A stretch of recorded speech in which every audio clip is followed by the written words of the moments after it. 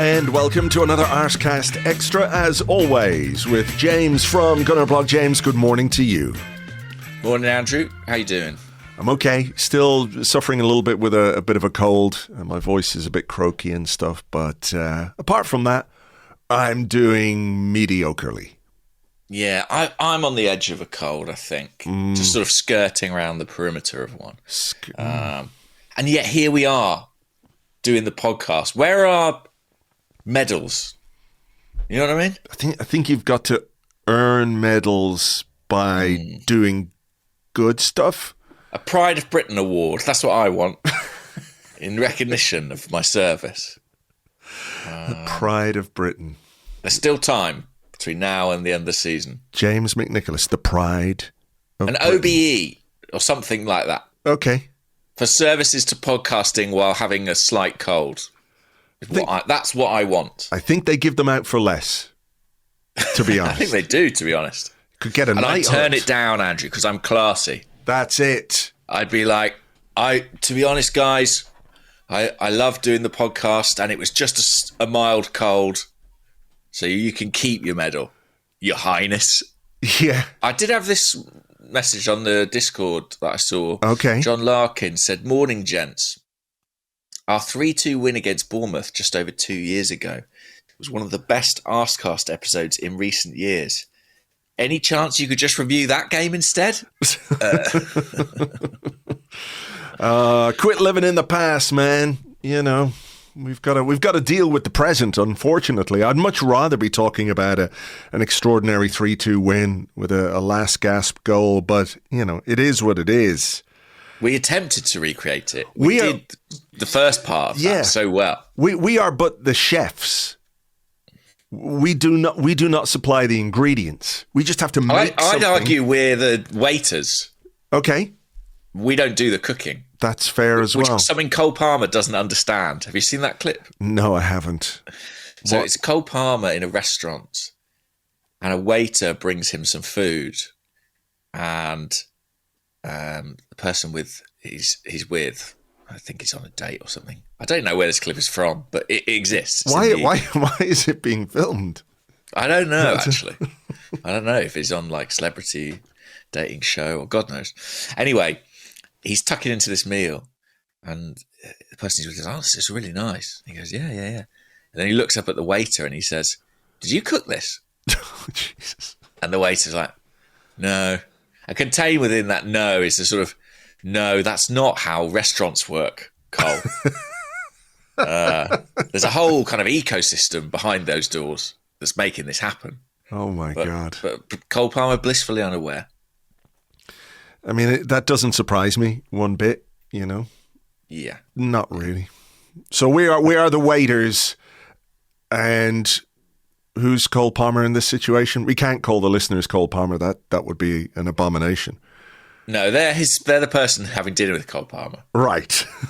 Do you know what I mean? They understand the pretext here. So let me ask you this then. Why didn't you play well against Bournemouth, James? What were you doing? Yeah. I mean, you played that game, right? This is how it works? Oh, I see. Right. Yeah. No, that's not how it works, Andrew. Oh, okay. I'm just the waiter. Right. I'm just the waiter. Okay. So what did the Arsenal players have for dinner? Get in the kitchen and take it out with them. Okay. The manager is in the kitchen. The manager, and I guess the players are sort of scrubbing pots and pans. They might as well be, for all they fucking gave us against Bournemouth. Mikel, he's probably actually got them doing that at the training ground today as a kind of motivational exercise.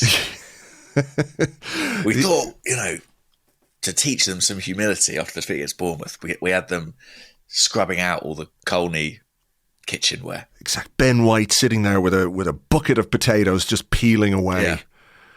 The end of season athletic read. That's going to be the introduction. It's like it was the Monday morning after the defeat against Bournemouth. Ben White was surrounded by potato peelings. William Saliba was looking at a bunch of carrots. Exactly. Leandro Trossard slicing a parsnip in penance. Exactly. Getting their mise en place ready for the fine dining of PSG. That's what it's about. That's the introduction. It's written itself, really. Yeah. And no one's, and if anyone denies it, we just say, well, I guess you would deny it. Do you know what I mean? It doesn't even have to be true now. We just make stuff up. That's the way the world is. You just tell a lie and then double down on the lie. That's how it goes. That's what we do. Just make something up. We just be like, yeah, as a motivation exercise, Mikel Arteta took everyone zorbing or something like that. No one's going to check. Just make up an event. Yeah, I have to look up what zorbing. Oh, zorbing is the thing in the giant balls, isn't it? Yeah. Yeah. That seems like ideal preparation for a Champions League semi-final. Crushed limbs. Trying to avoid injuries. Yeah. At least they're protected in there. Yeah. Speaking of which, then, seeing as we do have to talk. No, Andrew, no. Don't do it. I'm trying to do the professional. If this is about the 3-2 win and Reece Nelson's last-minute winner, I'm going to be furious. So Bournemouth scored an early goal, 7 seconds in, I believe. Yeah. Arsenal not switched on at all. All right, let's begin at the beginning. This is a game that has had a fairly significant emotional impact on people, I think. We've lost some games recently. We obviously lost against PSG, but that's half time, and we've dropped some points recently. I think this game, because it's coming before the second leg of PSG, has had more of an impact because of the team that Mikel Arteta selected for this particular game against Bournemouth, right? Because what he could have done is rotate the bollocks out of it. He really could have if he'd wanted to. He could have made 5 or 6 changes. Would they have made us a better side, better starting 11? Probably not. But he chose a pretty strong side. We were missing Jurriën Timber because he's got an injury which is potentially putting him at risk for the second leg. We might talk about that a bit later on. But all in all, on paper, that is a strong enough Arsenal team. So how much do you think that has played into the sort of post-game feeling that people have? Whereas if he'd been seen very clearly to prioritise Wednesday and we'd lost, people would say, I don't like losing. It's not good. We have still some work to do in the Premier League, but you can see why he did it. I understand why he picked that team, why, for example, he would start Raheem Sterling, etc., etc.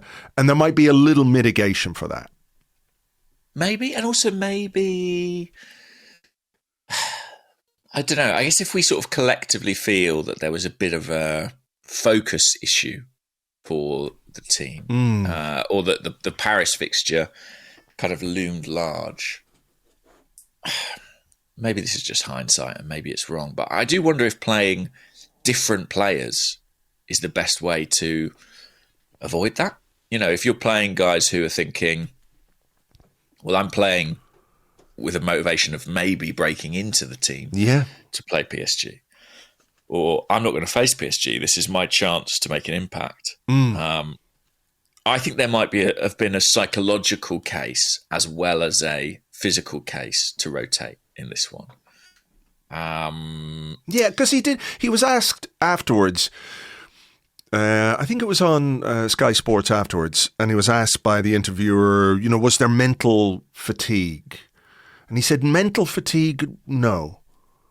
But sort of implied within that there was some physical fatigue among some of the players, that the condition of some of the players was what it was. I'm paraphrasing here. So with that in mind, is there a stronger case to be made for, starting a Kieran Tierney, a Zinchenko and Nwaneri? I know there's not a lot he can do really in terms of the team, but he could have made 3-4 changes. And potentially protected a couple of those guys more, even if there is, Saturday to Wednesday is decent recovery time at this point of a season ahead of a game against PSG. I don't think it's a massive issue, but if he was sort of hinting that there were some physical things to deal with, would it not be better to sort of be a little risk averse? Yeah, I think it would have been. And I have to say, like watching the PSG game that preceded this, there were certain players that I was thinking they're going to need a rest between the two ties, 2 legs. And they didn't really get it. I guess that he was kind of gambling or hoping that the team that he picked would win, and that could generate some momentum and confidence and maybe some improved individual performances where those might be needed. Sure. But if that is the gamble that he took, I think you have to say it backfired. Because actually, I don't know. Who knows how it affects the mood of the players internally, but certainly externally to us on the outside, I think it's sort of more of a body blow to put out, close to the strongest team we can field at this point in time and have been beaten. Yes. I think when you speak about there being quite an emotional response to this, I think that is partly why.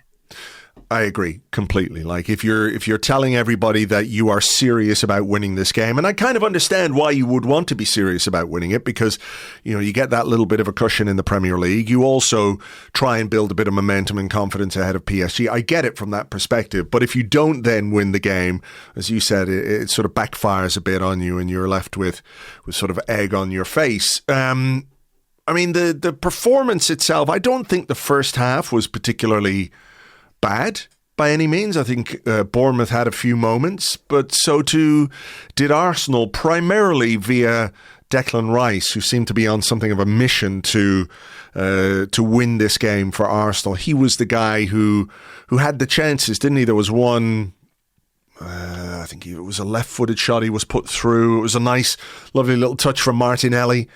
He dragged a left-foot shot wide. There was another Martinelli cross, which he tried to get sort of on the volley, but pushed wide with his right foot. So Rice was the guy who was really pulling up trees, if that's the way of putting it, in terms of performance in that first half. Yeah, well, he was back in that left 8 role, wasn't he? Marino was one of the players who was rested, started on the bench, and there was an onus on Rice to get forward and support Leandro Trossard. He did that really, really well. And yeah, I think his performance on the day was one of the positives from an Arsenal perspective. He's going to play that position, you'd imagine, again on Wednesday night. And at the moment, we look at a better balanced side with him in that role. So, yeah, I thought he was good, but there were some things even in the early stages that were off. I thought Thomas Partey looked rusty. Rusty. There was a lot of fanfare, obviously, about him coming back into the side, and big hopes for what that will mean against Paris Saint-Germain. But I think he is a player to whom rhythm is really important, and sometimes even missing one game, you can kind of just see him getting up to speed almost in real time. I think trying to think of other moments. I mean, Trossard had a good chance from a Martinelli cross, a header that he headed down, and Kepa kind of scrambled across his goal to keep it out. But there were moments at the other end too. Saliba shortly after that produced a brilliant sliding tackle in his own box. There was the second time in 2 games. The header for Evan Nielsen, which I think was slightly worrying in the sense that they had too much time to cross the ball in from the left-hand side, and he got away. I think it was from Kivior and headed over from about 8 yards. Just couldn't quite get over the ball with his jump. That's a big chance for Bournemouth. Probably the best chance of the game right there. Was there a Martinelli chance as well where he sort of, I don't know if that was before or after the goal, where I think just before he dragged a shot wide with his left foot. Yeah.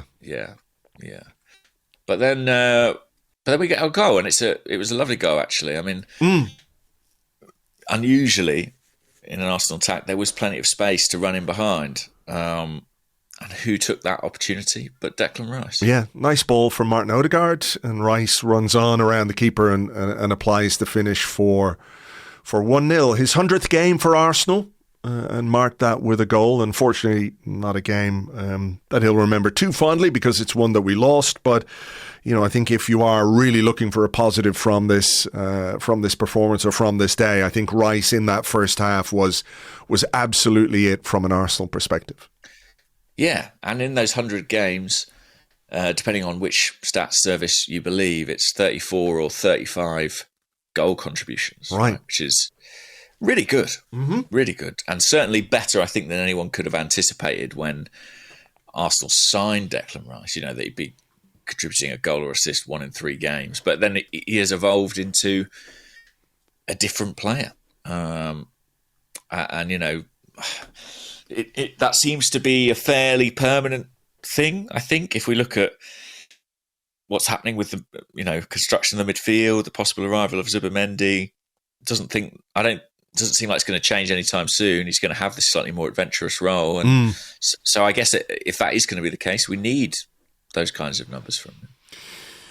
The sort of wobbliness and sloppiness that's been part of some recent performances was evident again, wasn't it? In the last part of this first half, there was a misplaced pass from Raya to Odegaard, which almost saw him get lobbed by Evan Nielsen. And I think, you know, sometimes I think David Raya transmits a, you know, measure of calm to this team on the ball. You know, his passing is you know, really good sometimes. There are other days where I feel like he sort of puts the willies up you know. And the game against Bournemouth felt like one of those where there were moments where what he did on the ball, even if it was successful, I remember one pass right into midfield that he squeezed through, which was almost intercepted. Maybe you give him credit for making a very difficult pass. Maybe, though, you know, when you are a little bit wobbly and a little bit unconfident as a team, unconfident, is that right? But you know what I'm saying, that you're sort of playing on the edge a little bit when it comes to moments like that, which can be very costly. Yeah. I mean, at that particular moment with Evan Nielsen, I think he should have played his mate, and he had a runner just outside him. But I think he'd seen Mateta's goal, hadn't he, the week before, and thought, I fancy some of that. It is interesting. I think Raya, obviously, he's had a really, really good season. I think there's a case that he's been Arsenal's most consistent player over the course of the season.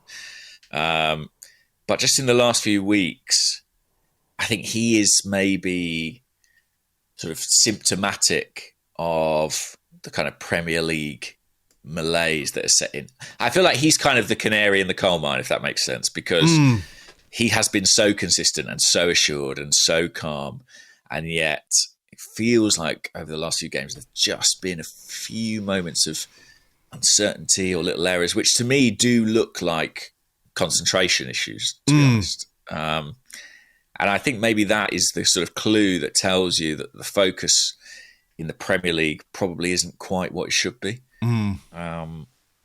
But yeah, I think that was enough to sort of certainly give Bournemouth hope. I mean, we were in front, but you know, I wouldn't say it was a commanding lead. Bournemouth certainly had their moments and were very much in the game. Yeah, it was one of those where, as the second half got underway and continued, you felt absolutely that Arsenal would need another goal. You know, to not to make the game safe, but to give us the best possible chance of winning, you know. The way we're playing at the moment, we could have gone 2-0 up and still found a way to let it slip because of what we're doing. But I think another goal might have just made us a little more comfortable. There was a good chance, I think, for Bukayo Saka curling a shot just wide with his right foot, having come across to the other side. It was a good effort, just couldn't quite get enough whip on that with his wrong foot. Yeah, he kind of did everything right. He had a moment just before that as well where he had a header that was kind of ended up being straight at Kepa, to be honest. Yeah. But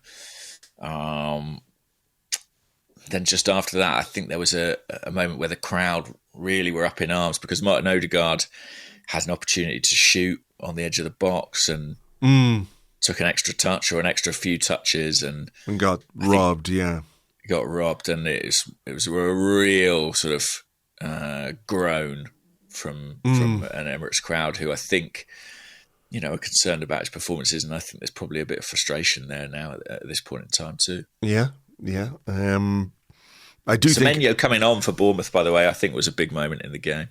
Yeah, it was, because he's a very good player and he gave them an outlet down the right, which is where their first goal comes from. You know, that Saka chance, that Odegaard moment. After that, you know, we were careless again. Thomas Partey losing the ball.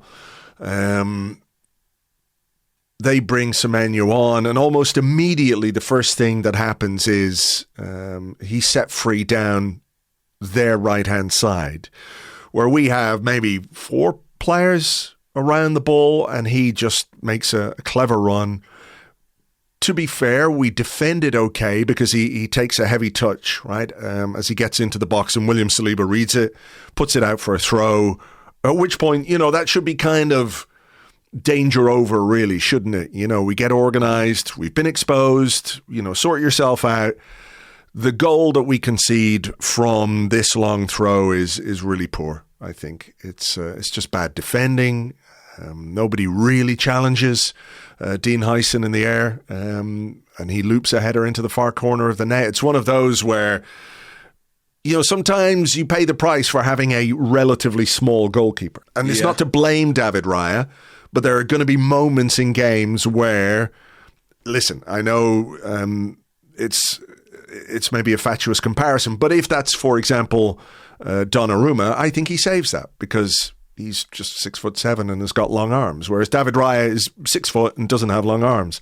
The fault, I suppose, though, is the fact that we did not challenge Hyson in the air. Yeah, that's it.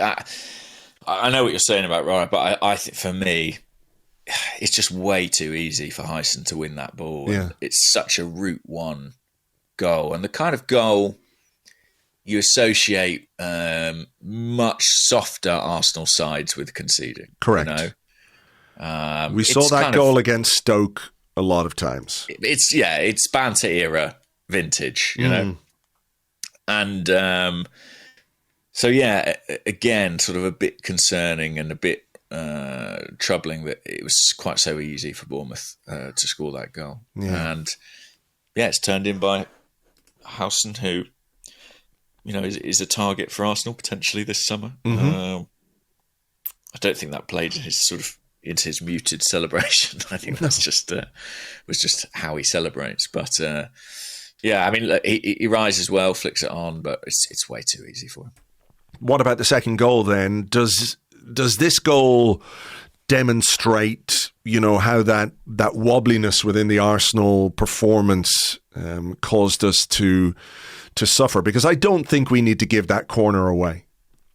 I think Saliba, watching it back now. Saliba, believe it or not, Andrew, I've not spent much of my weekend just going over and over our defeat to Bournemouth. Shame on you. I know. Shame. No fucking OBE for you. Just talk yourself out yes, of it. I mean, watching it now, we are in possession, right? Yeah. In our own third and contrive to lose it. Yeah, we lose possession. I think it's William Saliba who gets caught on. It's just not particularly confident play at the back from us. It always looks like the ball is about to get away from us. Partey and Saliba are there. I think they have a shot, which is deflected over. Lewis Skelly, who deflects it over. They get the corner. There's a stoppage in play because I think it was it Ouattara who went down injured? Quite possibly. Bournemouth player down injured. So they subbed him off, and at the same time, we subbed off Declan Rice for Mikel Merino. Oh, yes. Just before the corner was Which is taken. like one of football's kind of unwritten rules, right? That you don't do that. It is. I'm curious. I'd have to look back. I'm looking at where Merino is as this corner is taken. He's at the near post. He comes out to try and meet the ball, but doesn't really get anywhere near it. Yeah. So he's that near post guy. I mean, it's flicked on by Tavernier, I think it is, and Evan Nielsen is there at the back post, and the ball ends up in the back of the net. It looks a bit fumbly for David Raya, but it's such close range. I don't know that there's really anything you can pin on the goalkeeper there. People have talked about Martin Odegaard could be a bit stronger in that situation. I sort of agree with that a little bit, but I would also ask why it is that Odegaard is marking their centre forward. Why don't we have a defender on their centre forward? I don't know. And when you look at Tavernier getting to that first ball as well, he's really pretty uncontested. I think it's Bukayo Saka actually who's kind of in that zone. Saka's watching two men. So he's watching Kirkez on the edge of the box and Tavernier, and he just sort of takes his eye off Tavernier for like a split second. He gets the run and flicks it across, and the ball's in the back of the net. I mean, obviously there's another aspect to this as well, which is whether or not this ball hit Evan Nielsen on the elbow and went in. I feel like it absolutely did. You feel like it did? I feel like it did. Just watching the replays, if I were a betting man, I would say 100% that came off his elbow, just based on the trajectory of the ball when it hit him, the way it bounced down. Certainly the direction of travel when it comes off him could indicate that. I'm a bit like, I think that you can... I think there's one angle where it looks like it very clearly hits his elbow, and in my eyes there's also another angle where it looks like it very clearly hits him in the stomach. And I'm like, I can't tell you which of those is right. And so I wouldn't overturn it personally, because I think there's kind of enough doubt. But I could... Would you overturn it? Well, yeah, from my perspective, I absolutely would, of course. Sure. Well, I mean, I think, this defeat to Bournemouth was of our own making, because we didn't play well enough. We were sloppy. We were careless. We didn't create enough. We didn't score enough. So I don't want to make it a moratorium on refereeing and officiating. I just sort of get the feeling that this is like another one of those mad things that has happened to us this season, I put it in the sort of bracket of some of the decisions that didn't go our way or went against us, where, last weekend, Evan Nielsen is shown a red card. I mean, And then that's overturned during the week so he can play in this game. And then he pops up at the back post to score, probably with his elbow, but VAR can't tell one way or the other because... Well, we don't really know. Is it the quality of the cameras? Is it the quality of the technology? I mean, we can move on from this because I don't suppose it really matters in the grand scheme of things. But do you feel like if we have this technology, it should be able to definitively say whether or not that hit a player's arm going into the box or going into the net? Is it a failing of the technology that there is doubt as to what happened? The only thing I would say is that like football is like an awkward game. Like some of the angles and the body positions, I just don't think it's ever going to be as clear cut. Could they be like better definition quality cameras? Yeah, certainly. And would that help? I think it would help.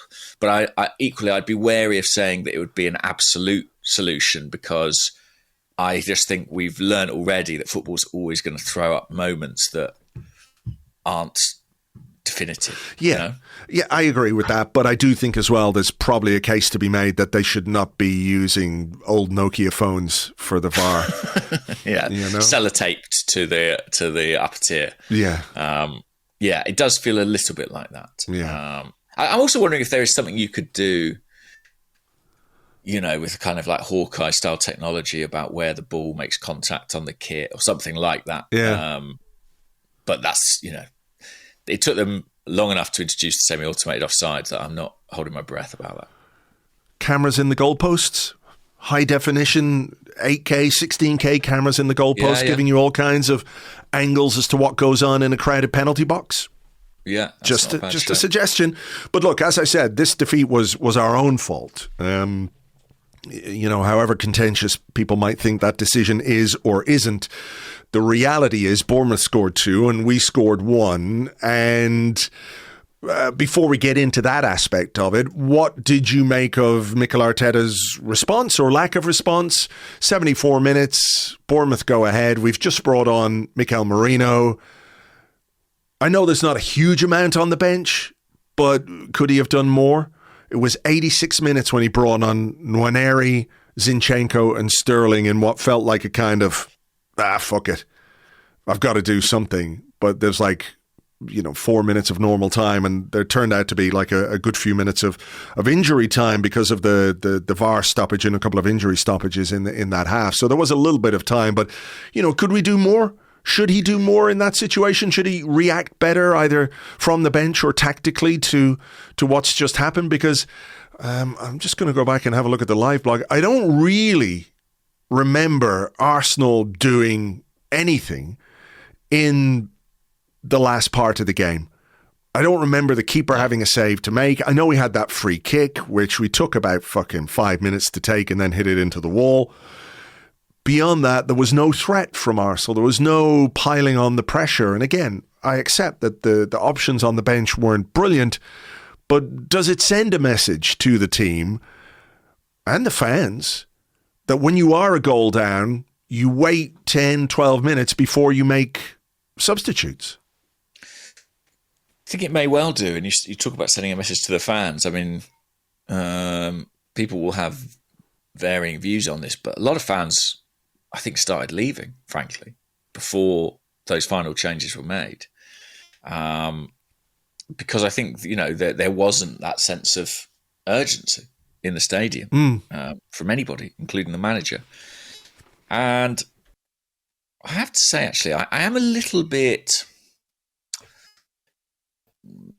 disappointed, maybe, about the length of substitute appearances someone like Ethan Ranieri is getting at this point in time. Like, I do think there's been a bit of a pattern of late where he's, come on in games maybe later than you would anticipate, or not started certain games. I mean, there's absolutely no reason really he shouldn't have started this game. I agree with that, yeah. I know he's 17, coming on for 18. No, he's 18 now. He's 18 now, yeah, he's 18. An old man. And I understand all the sort of mitigation and responsibility and all those things. But I think, I think he's a player who will expect to be involved and maybe more involved in these Premier League games when, it seems so set up for him really to have that opportunity. So that's something that is sort of niggling at me at the moment in the Premier League. And I think the subs could have come sooner. Yeah, they could have come sooner. It does send a message, doesn't it? Like, there's messages you can send to fans by doing a video and telling them that you want them to play every ball and kick every ball and, get on board with the person next to you and all that kind of stuff. But you can also send messages with what you do from the bench. And I think that one was, when you're bringing on, I'm not saying that by bringing on Nwaneri with Raheem Sterling, sort of lumping them into the same bracket, right? But I do think there's a case to be made that one of those players could reasonably have made a bigger impact than the other. And I think if you're just sort of going right here, Zinchenko, you've barely played this season. Sterling, you've been a disaster. And Nwaneri, you just go on with them. It's sort of half-arsed, There wasn't a real attempt to try and win that game in the final stages, which was a little disappointing, and ultimately maybe was reflected in the reaction at the stadium a bit. I saw you reference this in your on the whistle, and I heard it when the final whistle went that there was a little bit of booing. Yeah, as the final whistle approached, I was sat next to Art de Roche, and I sort of turned to him and said, is there going to be boos here? Because it felt like there would be. There was enough sort of discontent and, as I say, frustration or people leaving. I've been at enough Arsenal games over the last 20 years or whatever it is to know when the atmosphere is a bit sour, and it was a little bit. And there was booing. There was definitely booing. It would be wrong to say it was a chorus of boos and everyone in the ground stood up in unison and shouted "Abu!" But yes, there was booing. It did strike me as significant is not necessarily the right word, but we have a huge game coming up against PSG on Wednesday, and I think there is, even if there's frustration about what happened against Bournemouth and the result, there is an awareness that game against PSG is the one that really, really matters. But do you think it's a case that it's sort of the weight of dropped points in the Premier League this season that contributed to that. I don't think it was just that performance. I do think it was connected to the strong team that he put out, in the sense that, you know, you're telling people we want to go win this game and we're going to put... is putting players at risk is maybe over-egging that particular pudding, right? But, you know, when you start Saka and when you start Martinelli, who are going to start on Tuesday, and you start Rice and you start Odegaard and you start Saliba and you start the big players, and don't win, it has an impact on how people feel about that. I think so. I think there've been a number of games, haven't there, in recent weeks where fans have kind of been able to compartmentalise and explain away results in the broader context of our season. You know, games that have fallen around Champions League ties. I'm thinking of drawing at Old Trafford, for example, drawing at home to Crystal Palace, drawing at home to Brentford. But I think it's the amount of those games. I think like the odd game, fans are happy to sort of rationalise and be like, well, you know, it's not the focus and we're managing this situation. But I think after about 4 or 5 of those, there's a kind of tipping point where people are like, actually, let me just have a look at the league table. Like, what's going on? And I think that's fair. I feel the same. I feel like, you know, our league, our level in the league has dropped quite an alarming degree. And if we go out, if we go through in Paris on Wednesday, all of this will be forgiven and most likely forgotten. If we're realistic, like, that's how football fans are, you know? It will all just be sort of part of the rationale for how we made the Champions League final, you know, that we kind of put all our eggs in that basket. If we go out on Wednesday, then I think there is a risk that the league campaign could end on a bit of a sour note. Yeah. Sure. I get it. That too? Yeah, I think so. You know, if we win the Champions League, nobody will give 2 shits about this league season, because we'll have done something incredible, something enjoyable, something that we can build on. And I think we'll be much more able to rationalise what went wrong in the Premier League, because it'll be like, well, that was not good, but we're doing it from our fucking place of joy and happiness because we've won the Champions League for the first time. And, you know, I don't think it's massively complicated either, you know. I really don't. But yeah, if it doesn't go well on Wednesday, or if, you know, even if the final doesn't go well, I think there'll be a much more... there will be greater scrutiny of what went wrong in the Premier League, for understandable reasons, you know. I saw all the stats doing the rounds, you know, about goals conceded from set pieces. I think it's 12, which accounts for nearly 40% of the goals that we've conceded in the Premier League this season. Albeit, I think we still have the best record in the Premier League, and Arteta made a point that because we've conceded so few goals, the average is maybe a little bit higher. But that has been an ongoing issue, hasn't it, this season? The weakness from set pieces. We've been good up the other end, but we've been uncharacteristically weak with set pieces at the back. And the other sort of stat about points dropped from winning positions, it's 21 points dropped from winning positions this season. The one that I pointed out yesterday in the blog, and the one that I think is most indicative of where this Premier League season has gone wrong, is the fact that in 35 Premier League games, in 17 of them, we have failed to score more than 1 goal. Yeah. Almost half of our Premier League games, we've only scored 1 goal or scored no goals in some of those games. So for me, that really is the big issue, that Arsenal have not been clinical enough, or had the firepower or the finishing ability or the creativity to score more than 1 goal in 17 Premier League games this season. Yeah, I mean, I think all these things go hand in hand. You know, But I do wonder, I know 1-0 to the Arsenal was kind of a mantra for this club at one point in time. I do worry.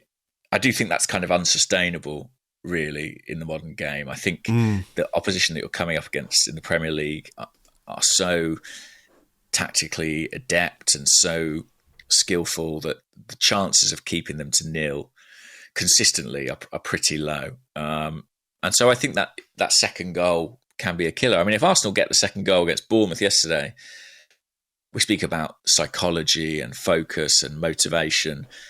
That would have a huge impact on both sides in that respect. At that point, Bournemouth might decide the game's gone. It might be that they don't chase it. They don't bring on Semenyo. They don't go for it in quite the same way. They might go into their shells. Arsenal might begin playing with more confidence. So yeah, I'm inclined to agree that inability to kind of kill the game with the second goal has been a real issue for us this season. It makes the margins all razor thin, doesn't it? It leaves you open to how arbitrary football is, and some of the decisions that have gone against us this season. If we score a second goal in a couple of those games, nobody's really focusing on those. Your ability to cope with what the game throws at you, the things that you can't control, which is to some extent the opposition, but also officiating, just weird random shit that happens in football all the time.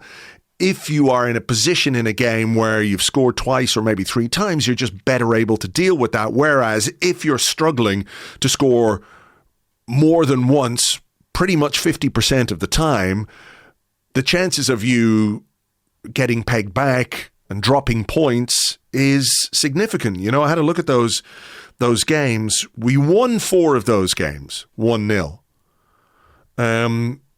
But the rest of them have been drawn or lost, and that is a lot of dropped points.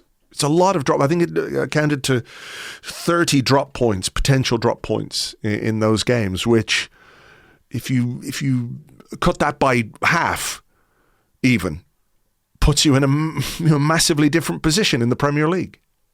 Yeah, and the points dropped from winning positions, I think, is pretty damning. You can't do that if you want to win a Premier League. And the set pieces, I think, is interesting. I think I read, maybe it was Billy Carpenter talking about this online, about how I think we assume that teams who are good at attacking set pieces are good at defending them, but that correlation's not always that precise. That there could be teams who excel in one and not the other. And this season, Arsenal have been one of those, really, where they've offered a lot of threat in attacking situations, but maybe not looked as secure defensively. I imagine that's exacerbated as well by Gabriel's absence. He's so important, I think, in those situations, and so good at winning the ball in the attacking penalty box or the defensive penalty box. But yeah, I also can't help but sort of look at the bigger picture and look at the league table and see Man City right on our shoulder after the year that they've had. And Newcastle and Chelsea not too far behind either. I'm not yet in the place where I think there's real jeopardy about Arsenal's qualification for the Champions League or anything like that. But I think there's a decent chance that they get overhauled for second place. And I think that would have an impact on how the fans assess the season too, actually. Sure. I think I had some questions about that, actually. Okay. So maybe we'll expand on that in part 2. But just before we go into the break and then go on and take questions, in terms of preparation for PSG, I think from our perspective as fans, right, we're looking at this and feeling a bit downhearted because it's hard not to worry, right? You see things that your team is doing. Is it because they're not focused? Are they fully focused on PSG and that's why? Or is it a case that, these are things that happen because you're feeling a bit of the pressure? You're feeling pressure about the occasion, the possibility of doing something incredible with your season can manifest itself in strange ways. We've seen, not just in football, but in any sport, when you start to get towards the finishing line, for want of a better expression, strange things can happen to teams, to individuals, because of pressure, right? So do you have some concerns that what we saw against Bournemouth wasn't simply a lack of focus, but maybe a team that is just not quite as confident as it needs to be, or perhaps feeling the pressure going into a game against what is the best team we've played this season. Yeah, I'm not sure. I still think that there is definitely a focus and concentration issue when it comes to the Premier League. I think that kind of when the light at the end of the tunnel disappeared in terms of our realistic chances of winning the Premier League, our performances clearly did take a bit of a downturn in intensity and other aspects. But I also think this match sort of slightly laid bare some issues around quality and how good we've been this season that make me think, I suppose they just lead me to think if we were to get through against Paris Saint-Germain, it would be quite an extraordinary outcome and feat, given the season we've had and the form we're in at this point in time. It's kind of a one-off game at this point. You know, it's kind of a final of its own, so anything is possible. Sure. But this isn't a game that made me feel better about our chances of doing it. In fact, I would say it made me feel worse about them. Yeah, I would agree with that. Unfortunately, I would agree with that. I do think this is a team that is capable of better. No question about it. I think we know, as frustrated as we might be at this moment in time, I think we do know that the performance levels that we've been seeing of late in the Premier League are below par, right? I think it's 3 wins from the last 10 games in the Premier League, which is poor. There's no getting around that. It's a bad run of form, but we know deep in our hearts that they can dig in and they do have more quality than they've shown. It's just a question of, can they dig deep enough to bring that to the surface on Wednesday? I hope they can. I hope obviously the occasion and the motivation and the focus and the fact that it matters so much will have an impact on how we play. But I don't think that Saturday was ideal preparation at all. No, and it was interesting. Within seconds, Mikel Arteta was kind of spinning it to be like, we have to use this anger and disappointment. Rage is the word he used, yeah. Yeah, exactly. Well, that's absolutely the right thing to do, and it was echoed by the players. I think Martin Odegaard said similar things post-game. But it is still less than ideal. And interestingly, I saw PSG lost themselves, but with a heavily rotated 11. Yeah, I mean, they've won the league, and their chance of being invincibles was gone last week, so they basically picked... I think it was 10 changes. Yeah. You know, yeah, that they have the luxury of being able to do that, both in terms of a squad deep enough to do it, but also their league game did not matter one fucking bit.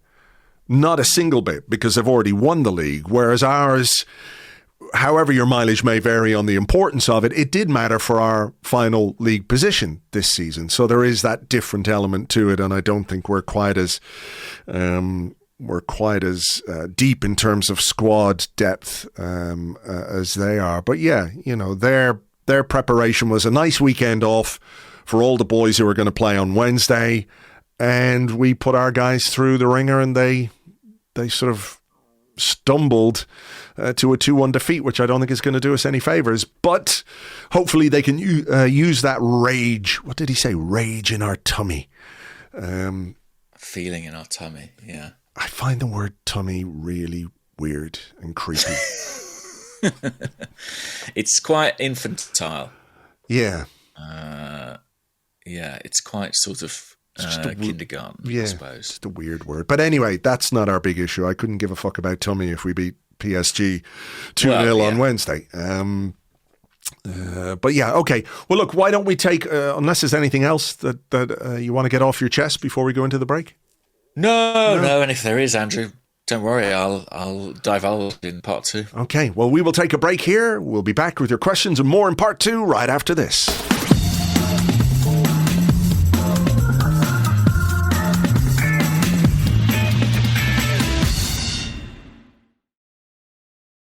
Welcome back to the Arsecast Extra. This is part 2 of the show where we answer the questions that you sent to us on Blue Sky at gunnerblog.bsky.social and at arseblog.com. Also on the Arseblog Discord chat server, which you get access to if you are an Arseblog member on Patreon. James, I just said to you, we should probably start with a question about the PSG game. To throw it forward. Yeah, to throw it forward, as you, as you pointed out. It's the biggest game, the biggest European game in this club's recent history. Yeah. They're all bigger than the one that comes before. Real Madrid was the biggest, then the first leg against PSG was the biggest. Now this is the biggest European game in our recent history.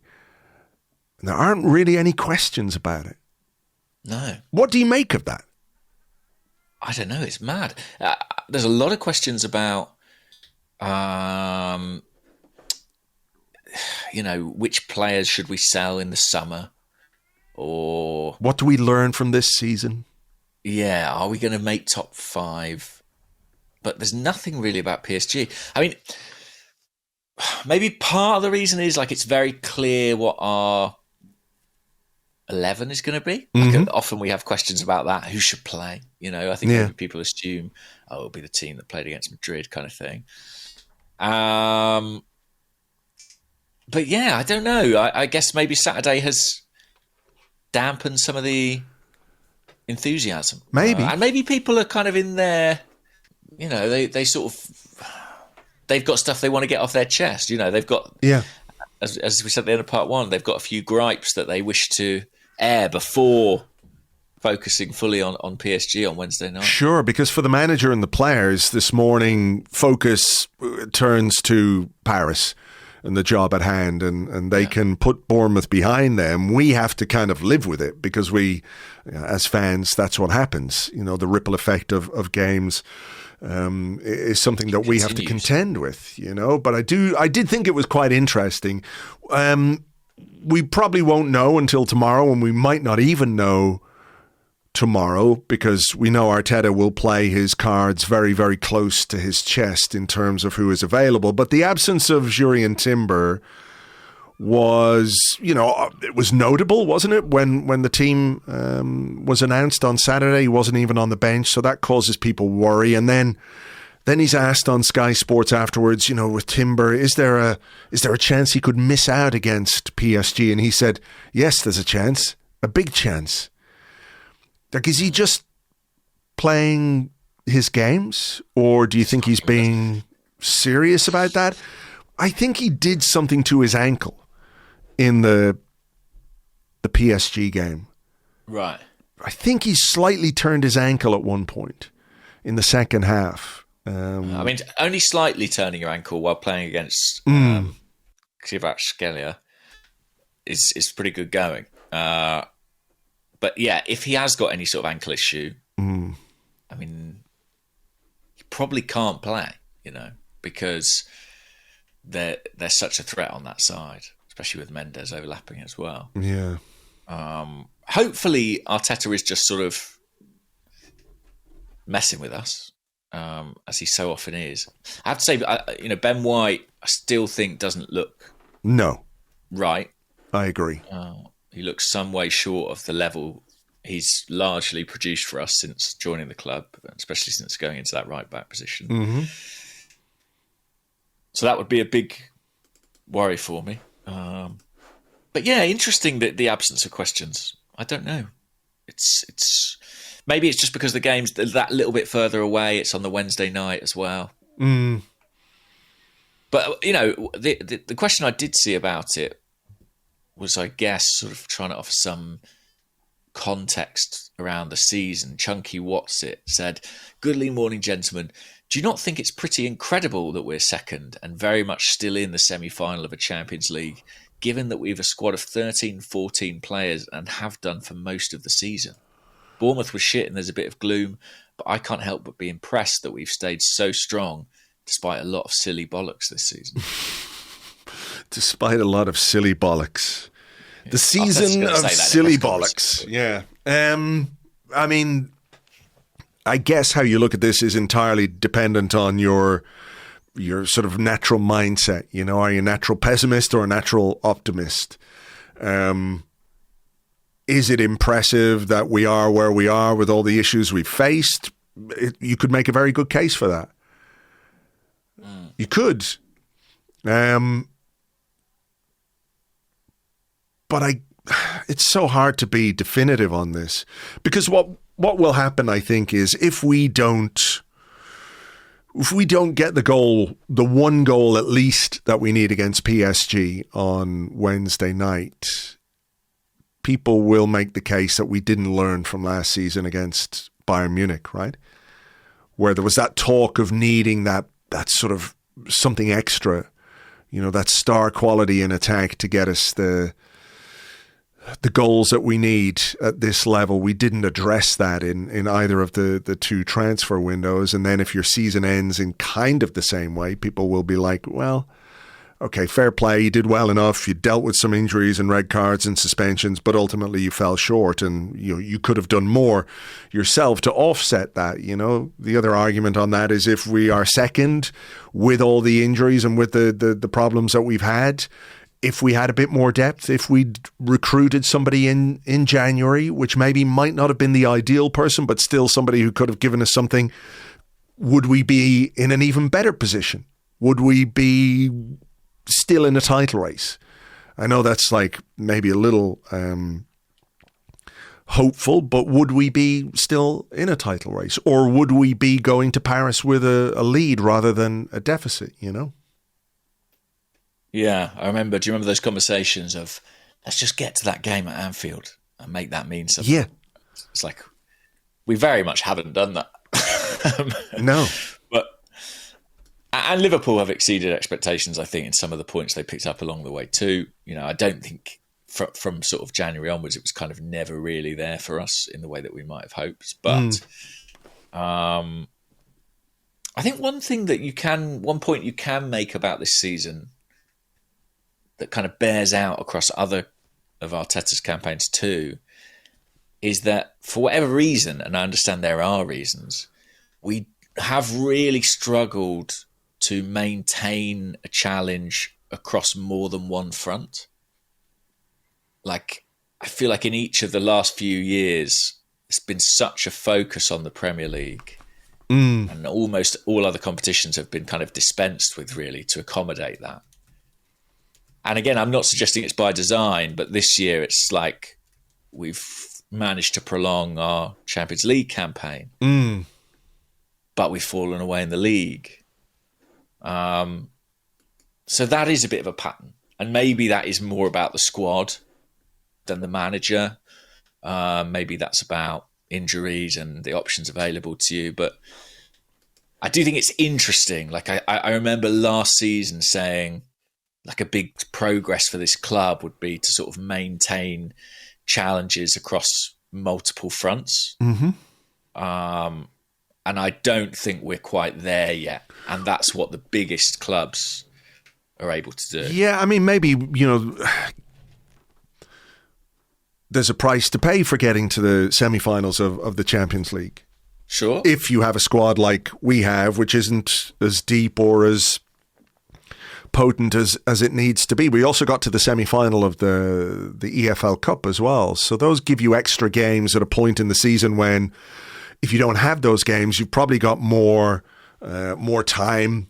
That was January, wasn't it? Yeah. I just want to go back and have a quick look at the results around those Newcastle semi-finals. English League Cup. Okay, so, well, I mean, we beat Man City 5-1. Then that wasn't bad. Yeah, that came just before the second leg against Newcastle.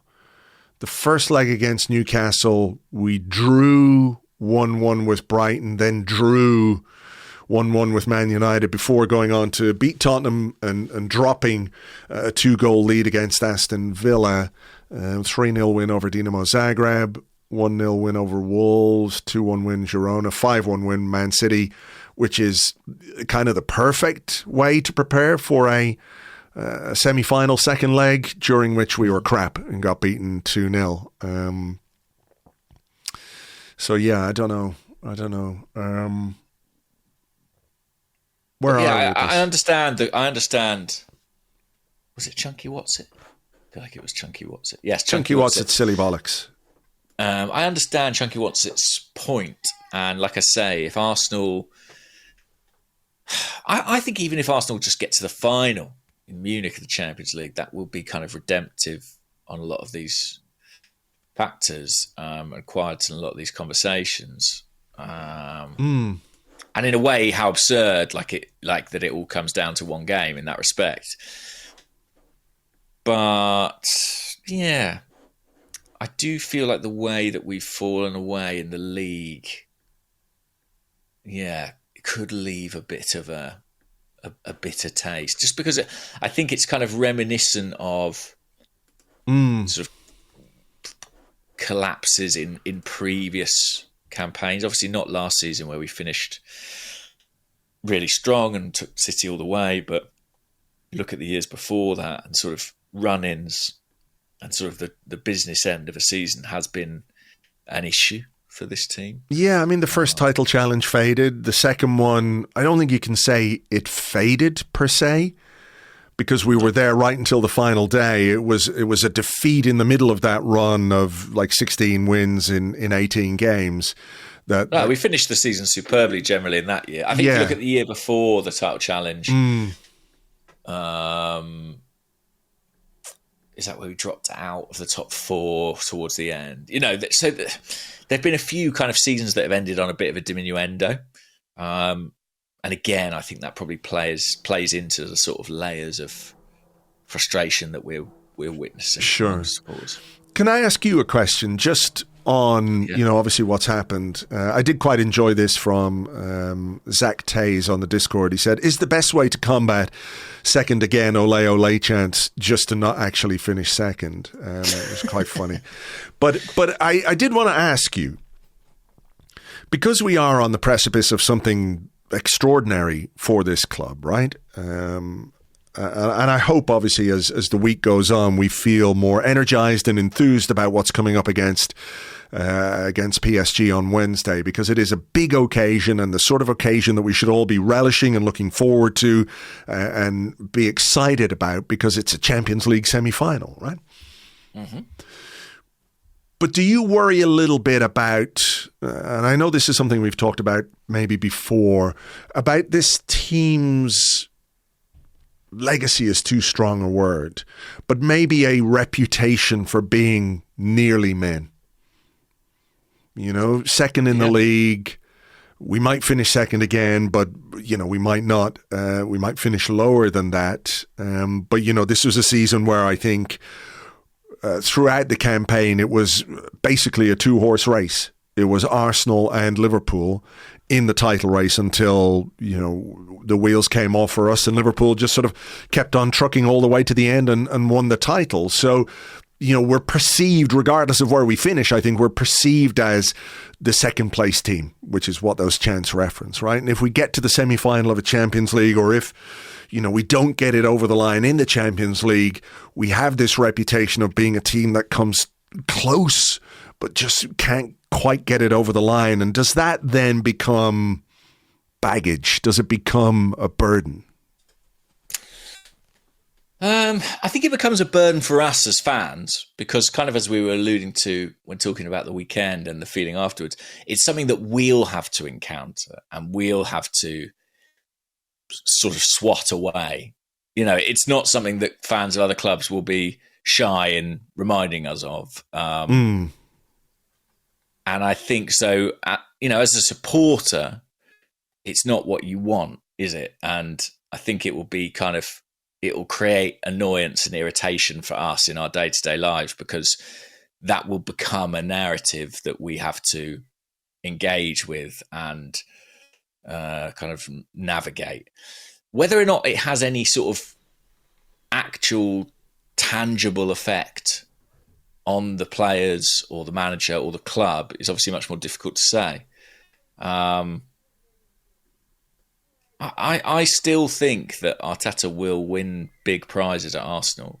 I think that he has already shown that he has sort of really strong credentials to do that. And I think his drive and his hunger to do it is so enormous. that I do think by hook or by crook he will get there. But it is a worry, at a point where you've got to engage the likes of Saka and Saliba and others in contract talks. If they were to have offers from, I guess, clubs that you would describe as serial winners, there must be a point in time where that becomes a concern. I don't think we're quite there yet. But in a year or two, I think that could be problematic. What do you think? Yeah, I think it can become a bit of a psychological burden. I think. Yeah, potentially. How many times did we talk about what that drought meant during that period where we didn't win a trophy under Arsene Wenger? And the longer it went on, the more it became a thing, and the more it became something that was just sort of attached to the club. Different teams still had to endure or be labeled as, a team or a club or players that couldn't win trophies. And you have moments like that 2011 League Cup final before we went on and won the FA Cup in 2014. And all of a sudden you're winning the cup 3 times in 4 years. That burden was released, but that burden was there. And I think it was part of why we struggled. It's a very different kind of burden. We are so close to being a team that can win the Premier League. I think, in different circumstances this season, we could have been a team that could have won the Premier League for sure. With the players that we had, if we had all those players available. We didn't, and that there's no need to go into the ins and outs of that. But, we are so close, and we're now in the semi-final of a Champions League, which is something we could only dream of a few years ago. So we're there, but I think the longer it goes on, the more I slightly worry about it being a little bit of a burden. I did want to, just before I give you a question, I did want to go back to that idea about, where we finish this season. West Coast Gooner says, do you have any real concerns about finishing third, and what, if anything, that would mean for the season and the club moving forward? I think it's been sort of, widely expected that Arsenal will finish second, and I'm not sure we can necessarily expect that now. Do you think it matters if you finish second, third or fourth, as long as you're in the Champions League next season? Beyond the sort of banter and what opposition fans might say, which, to be honest, I couldn't give a fucking fish's tit about. But does it have an impact on the players when they assess things? Or does it have an impact on the manager and his staff when they assess things? Is it beyond, let's say, a little bit of prize money, just more or less the same thing? You haven't won, so does it matter if you're second, third or fourth? At the risk of repeating myself, it doesn't matter at all if you win the Champions League. True. You know what I mean? No one will give 2 hoots, frankly. I think we could finish 6th if we win the Champions League, and people will be like, that's fine. If you don't win the Champions League, I think there'll be more focus on it. Now, to be honest, it doesn't matter a great deal to Arsenal. And if anything, I think it could be a sort of illuminating wake-up call in some respects. It could be that if we do drop to 3rd or 4th, we're forced as a club to look at the league campaign through a slightly different lens, and be like, how good was this really? And how much of it was within our control? Because I think at the moment, the prevailing narrative is it's been out of our control. You know what I mean? I feel like that's what Mikel's saying. That's kind of, what the club seem to believe, is that they've done everything pretty much right, but circumstances have conspired against them. And I don't know. Do you not get the same sense from what Mikel's saying? Yeah, kind of, and I just think that, I would hope that opinion is not shared internally. What you say publicly obviously is very different. I think if they look back on this season, they look back at last summer, they look back at January, did they really do everything they could possibly do? Did they really? No. They made some decisions which, were a gamble and didn't pay off, and that's fine, that can happen. but you can't tell people you absolutely did everything you could to achieve the goals this season. Whereas I think in previous seasons, again, it's not to say you get everything right, but I think you could make a good case that we did the best we could in the transfer windows, in the way we managed our squad, the way we built our squad, etc., to give ourselves a really good chance of winning the Premier League. I do not believe you can make that case this season. No, I totally agree. And I suppose what I'm saying is that if I don't want us to finish third or fourth, I want us to finish second. Sure. I think it's a good marker of consistency and quality, but I do wonder if, if we drop a league place or two, will it make the club think that bit harder when they reflect on this season and strategy and what's required for next year? Possibly. Just on the point about like being winners versus sort of serial runners up. Like, I agree, again, to come back to Chunky What's It, mainly because I like saying the phrase Chunky What's It. I agree that what we have produced in adversity at times has been quite impressive. And I think Mikel Arteta has built a really robust team where performance, us conceding 2 goals at home and losing at home to Bournemouth is a bit of an aberration. Like, yes, we've drawn too many games, but it's not like we're being, battered away from home by teams, and there's a kind of solid floor to the performance. It never dips really below a certain level. I do sometimes allow myself a sort of slightly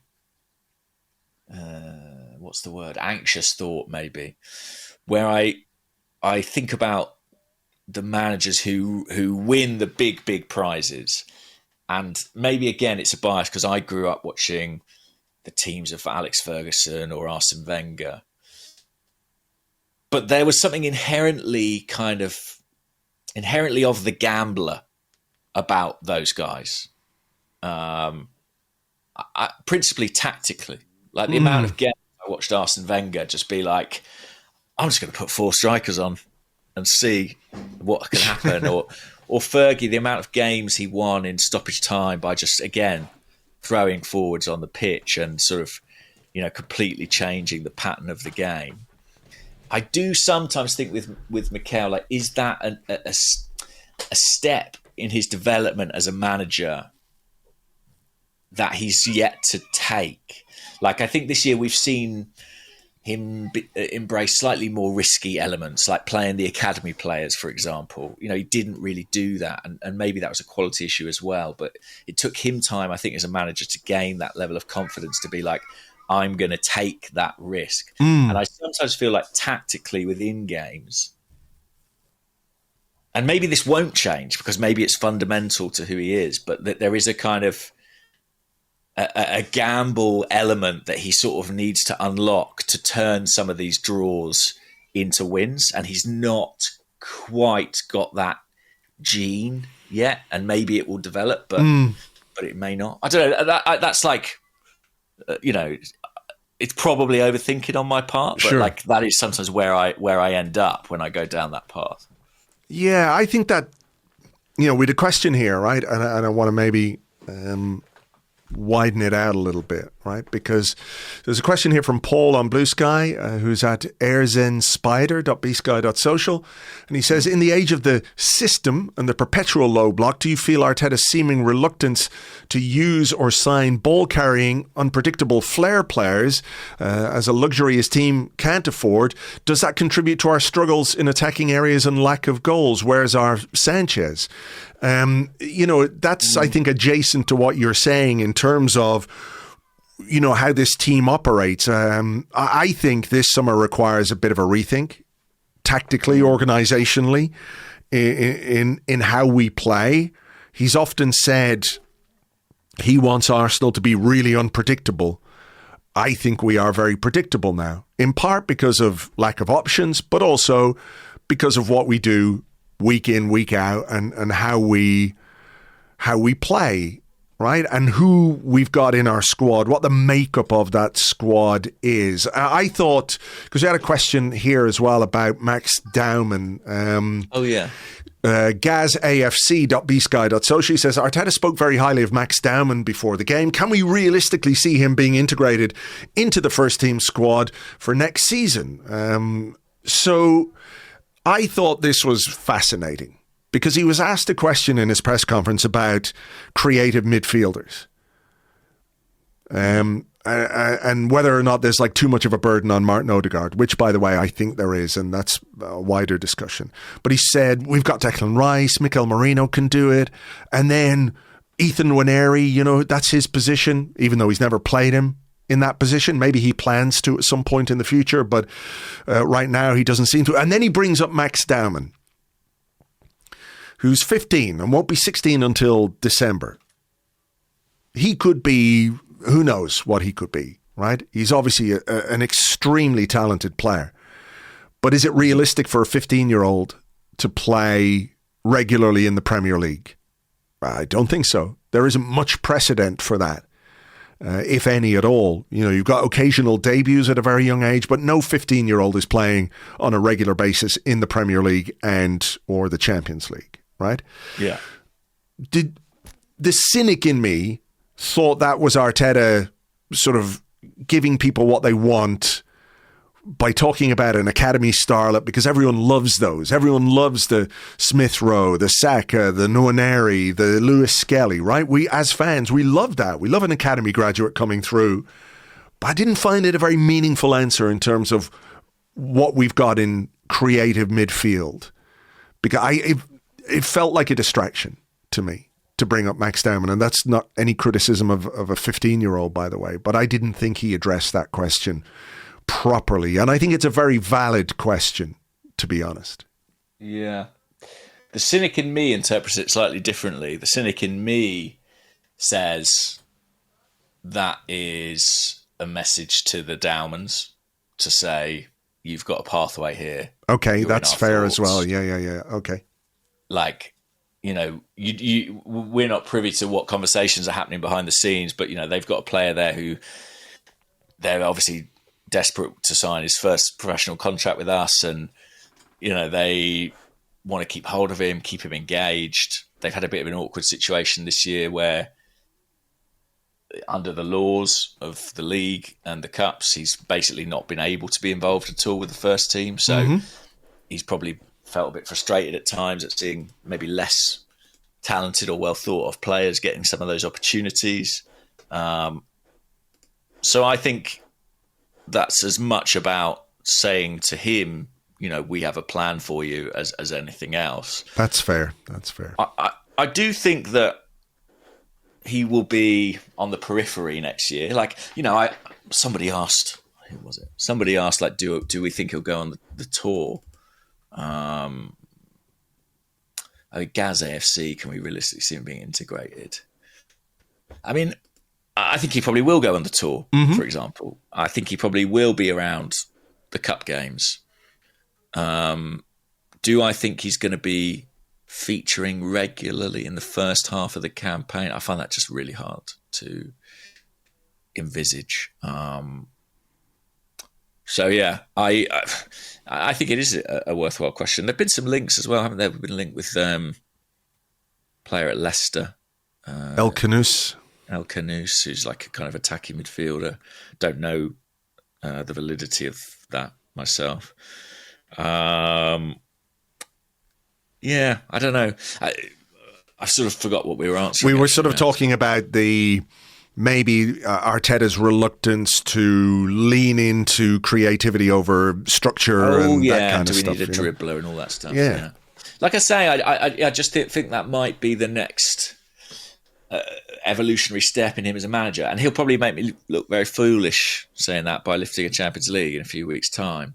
I hope he does. I hope he does. And I will get you a lovely hat with a D on it. You can sit in the corner. I'm wearing it in the press box. Yeah.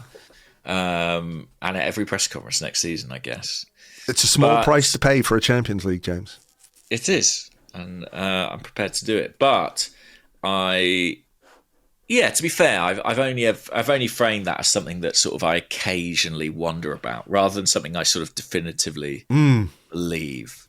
But and it might just indicate sort of my bias or like where, what I associate with sort of winning teams, which may be quite outmoded by this point in time.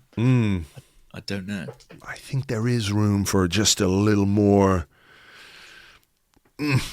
X factor, if that's the right way of putting it. Exactly. Like we've the foundation now is largely so secure, and the sort of the fundamentals of how he wants the team to play, I think, are suitably instilled at this point. But it almost feels like we need something that provides a bit of abrasion, a bit of a different dynamic. But, we've been saying that for a long time. Okay, here's a question. I felt like we had to do an Odegaard question. So Rich said, Arteta has shown what a ruthless coach he can be during his tenure. Could you see a world where that extends to Martin Odegaard this summer? I'm not there yet, but should we be surprised if Mikel gets there before the majority of the fan base and looks for an alternative or upgrade?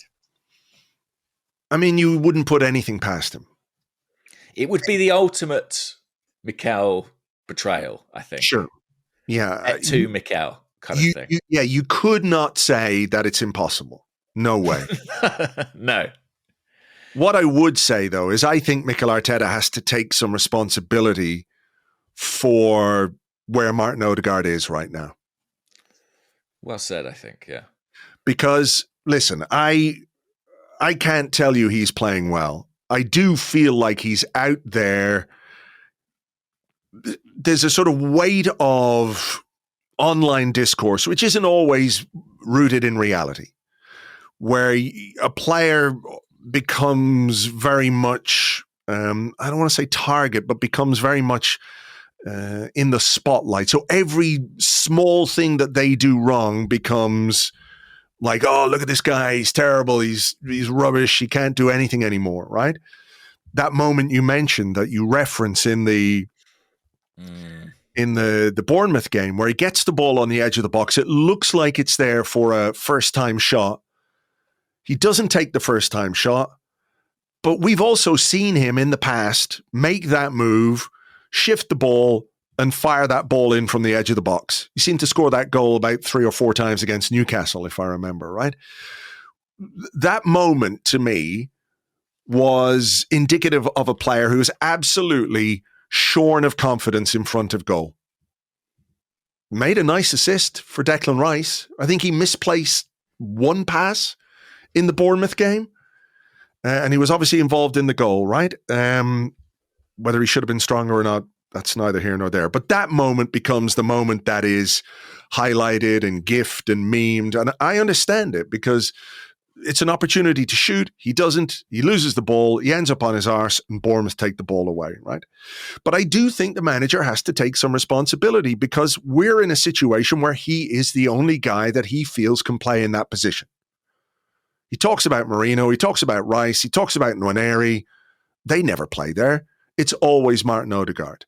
And we have a squad where, we are dependent on him. We ideally should be resting him or have been able to rest him over the last few weeks because his form has not been good. You take him out of the firing line and he catches a breather and he comes back and you take him out of the spotlight so he doesn't become the hyper focus of the discourse. Mm-hmm. So, I feel a bit sorry for him, to be honest, because his form is not where it needs to be, not where he would want it to be. And every week, whenever he does anything slightly wrong, he's being pilloried from front to back. But the manager isn't doing anything to protect him in that regard either, and hasn't done anything to protect him in how he's built his squad. Because since the injury, he's basically come back and played 90 minutes in every game, more or less, because who else have we got? And that's not Odegaard's fault. Totally agree with that. And I think that's not to say, he's blameless in the situation, Martin Odegaard. That his form's been good. I'm not blind to the struggles he's had. But I do think that position is kind of an awkward one, has been a bit of an awkward one for Arteta to fill in the team. If you think back to last year, Emile Smith-Rowe ostensibly was an option in that kind of number 8 role, but Arteta never really wanted to use him. Fabio Vieira was sort of supposed to be an Odegaard alternative, but he was kind of too lightweight for the middle of the park, and Arteta clearly didn't really fancy him there. Ethan Nwaneri, he tells us that's his best position, but is he too young to be entrusted with that level of responsibility? He's kidding himself if he thinks he's going to consider Max Dowman an option to play as that kind of number 8 in that midfield 3 at 15 years old. So it's been a difficult spot to fill, and I think it's because it's not a number 10, it is a number 8. There's so many responsibilities. Can you lead the press? Can you get back defensively? Can you be the chief creator in the team? Can you have that combination with Bukayo Saka on the right-hand side? Can you pick the ball up off the centre halves when there's a high press, for example, like Bournemouth, and you're being asked to drop between the centre halves and link play, and there is a lot going on in that position. There's a lot going on, and we haven't really found anyone else who can do it. That's the issue. And in this recent period, we've needed that person because we've needed to take Martin Odegaard out the firing line, out the team, give him some time to rest, to maybe even just freshen his mind. And we've not been able to afford that. And what we've been watching is a player in a rut. Yeah, exactly. But I don't think, to come back to the original question, that Mikel is going to dispense with Martin Odegaard this summer. I really don't. I think the club will be hoping that some time off can help him sort of rediscover himself and rediscover his best level.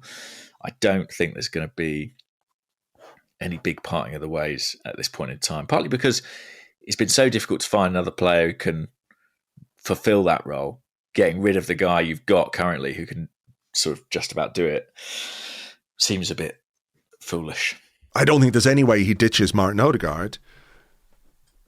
But I also think, this season has demonstrated that we need more than him, for the benefit of the team and for the benefit of that player, I think we'll hope that next season we get a Martin Odegaard who is much more aligned with the one we've seen for most of his Arsenal career, rather than the one who has struggled for understandable reasons as well this season. I mean, there was a follow-up question which is sort of adjacent to this on the Discord from Peter Hust, who says, is it possible to switch captain without creating huge drama? Can you, for example, imagine us going into next season with Declan Rice as our captain, which is one of the things that I've seen people talk about quite a lot over the last few weeks as part of Martin Odegaard's trials and tribulations, if you like. The idea that we should just take the captaincy off him and give it to Declan Rice.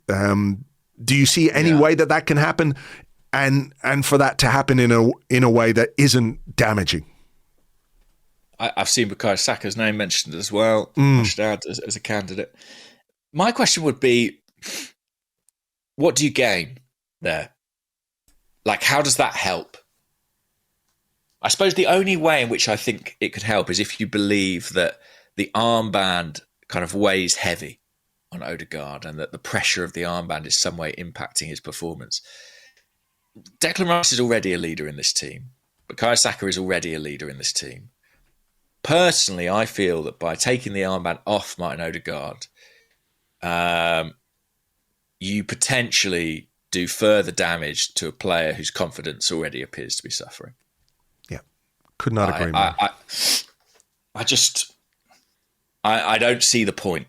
I don't think it matters enough, frankly, who's wearing the armband. Completely agree. I think you're right. The way you framed it is perfect. Like, what do you gain? Nothing. The idea that because Declan Rice is wearing the armband, he'll be better, or Odegaard will be better, or the team will be better, I don't think really stands up to any scrutiny. I think what Rice represents is the archetypal image people have of like a real captain. You know what I mean? Yeah. He's big, he's tall, he's a bit loud, plays in that kind of way. He's got those leadership qualities, right? I think in another world, if you don't have a captain or if you've got an issue with the captaincy, Declan Rice would be a brilliant candidate. I'm not saying he would be a bad captain. I just don't think there's anything to gain by taking it off Odegaard and giving it to Rice. No, and there is a leadership group at Arsenal that is wider than Martin Odegaard. Yeah. And I don't think, maybe some people think that the armband makes him immune from being dropped. I think, as we've outlined in this conversation, what actually is making him immune from being dropped is the lack of alternatives. Yeah. And I think if there was another player who Arteta believed could do a better job, he'd have no compunction about leaving Odegaard out and giving the armband to somebody else. Agree. But there isn't. There isn't. Okay, what about this one to finish us off? Because we've got to get this pod out to people. Yeah. My cold's getting worse as well during the podcast. Oh, you're going to get an MBE now, not just an knighthood, OBE. surely. Knighthood, Sir James. You don't want to be Sir Jimmy, that's all I can tell you. Sports on the Discord. His username is just sports with an exclamation mark. I like it. Who would be your 5 for a potential penalty shootout on Wednesday? And what sort of heart medication would you recommend for such an event? Yeah, all the heart medication, I think.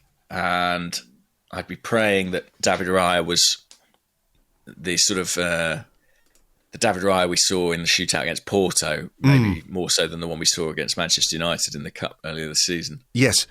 The jump in the way of the ball, David Raya, versus the jump out of the way of the ball, David Raya. That could be important. Yeah. Yes. Just 5 to take. I mean, you do have to think about who's going to be on the pitch at that time. Yeah.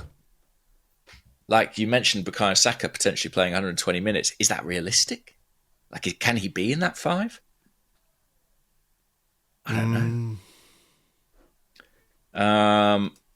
Let's say that he is for ease. I'd say Saka. I'd say Declan Rice. Odegaard. I'd say Martin Odegaard. Yeah. He's a penalty taker. He has taken penalties before. I think I'd say Trossard. Just as a forward, he'd back himself, wouldn't he? Yeah, and I think he'll probably be on the pitch by that point.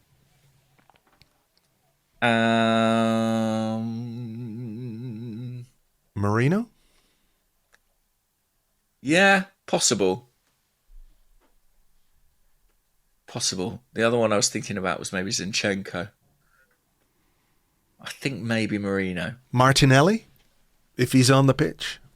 If he's on the pitch, yes. But I think I've picked Trossard partly because I think he won't be by that time. Right. So what did I have? Saka, Rice, Trossard, Odegaard, Marino. Yeah, I think that would be my 5. And I think beyond that, you're looking at Zinchenko. Nwaneri if he's on the pitch. Yeah, good ball striker. I think you're overlooking the obvious, though. Kieran Tierney, top bins. Yeah. To send Arsenal through to the Champions League final in Munich. There's the moment. I'd love to see it. There's the moment. We'd love to see it. We will talk a bit more about PSG for our Patreon members. We'll have a preview podcast tomorrow where we look ahead to our Champions League semi-final second leg. Hopefully we've got sort of all of this out of our system, the worry and the angst and the sort of post-Bournemouth, and we can start looking ahead to that game with a lot of excitement because it is an exciting prospect. Later this afternoon, we will have an episode of The 30 for you, looking back at all the weekend's Premier League action. Huge appetite for that, James, I would say. But it is what it is. Quite entertaining result for Manchester United at the weekend. Yes. Yeah, we can have a go at that. That's for sure. And Spurs as well. I mean, the league table, the bottom third of the league table is genuinely a beautiful sight. But yes, we had a few questions about a potential European final between those two, but I think the less said about that, the better. Maybe we can address those questions if and when that becomes a possibility or indeed after the second leg, double remontada from Athletic Bilbao and Bodo Glimt gives us all something to laugh about. Hopefully, that would be fun. Remember, if you do want to join us on Patreon, it is patreon.com/Arseblog. For now, though, folks, take it easy. Thank you so much, as always, for being here, and we will catch you on the next one. Bye-bye.